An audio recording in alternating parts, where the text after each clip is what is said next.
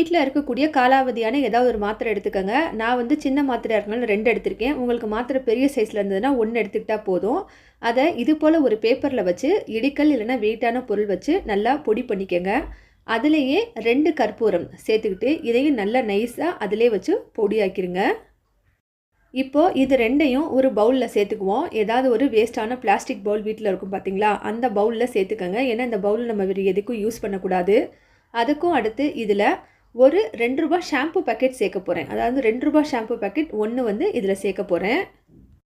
Shampoo packet நம்ம வீட்டில் இல்லைன்னா ஒன்றும் பிரச்சனை இல்லைங்க. 1 டேபிள் ஸ்பூன் அளவுக்கு ஷாம்பு நீங்கள் என்ன வச்சுருக்கீங்களோ அதை சேர்த்துக்கலாம். ஷாம்புவை இதில் சேர்த்ததுக்கு அப்புறமா இதில் ஜஸ்ட்டு ஒரே ஒரு கிளாஸ் தண்ணி மட்டும் சேர்த்துக்கிட்டா போதுமானதுங்க. இன்றைக்கி பாருங்கள், நம்ம 2 பொருள் தான் எடுத்திருக்கோம். 1 எக்ஸ்பிரியான அந்த ஒரே ஒரு மாத்திரை, அதுக்கப்புறம் கற்பூரம். இது 2 தான் எடுத்திருக்கோம். அதில் தண்ணியை ஊற்றி